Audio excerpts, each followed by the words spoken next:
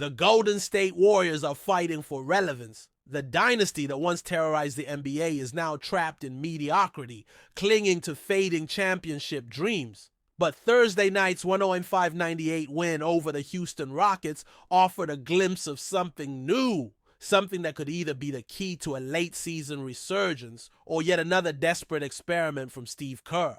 Because let's be honest, Kerr has been throwing darts all season, hoping one of his ever-changing lineups will stick.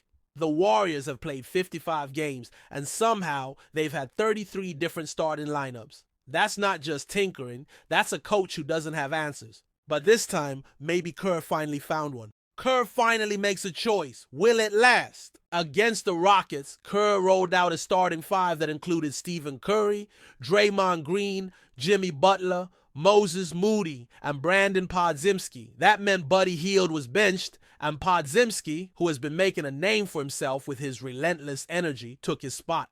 Kerr's reasoning? Simple. Brandin has played so well the last couple weeks that I think he needs to be in that starting group now.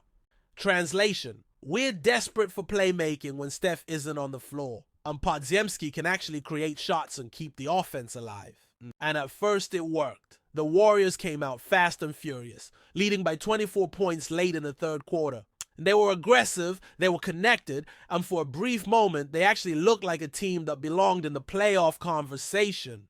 But then, the Warriors did what they do best this season. They collapsed. The nightmare that almost cost them the game. It's the same script, different night. The Warriors build a lead, Curry takes a breather, and everything falls apart. This time, Kerr gambled harder than ever. With Curry, Butler, and Green on the bench, he threw out a lineup featuring Kevon Looney, Gui Santos, Pat Spencer, Buddy Hield, and Podziemski. In other words, a disaster waiting to happen. The result? A 32-10 Houston run that nearly erased the Warriors' 24-point cushion. By the time Kerr realized his mistake, the Rockets were within 2 points with 6 minutes left. 6 minutes away from another embarrassing meltdown.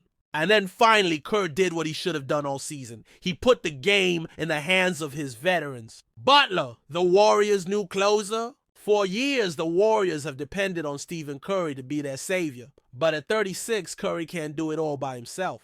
That's why the addition of Jimmy Butler has been so critical. Down the stretch, Butler took over. He got to the free throw line. He played elite defense. He controlled the tempo. Most importantly, he gave the Warriors something they've been missing all year, a closer who can take pressure off Steph. Yeah, just having a guy like Butler changes everything for us, Draymond Green said after the game. And the numbers back it up. Butler finished with 19 points, 8 rebounds, and 4 assists. More than that, though, he brought something this team desperately needs: presence. There's no stat for it, but every Warriors fan watching the game felt it. Butler gives this team an edge, a toughness they lost when guys like Andre Iguodala and Sean Livingston retired. With Curry, Butler, and Green on the floor together, the Warriors closed the game on a 14-9 run.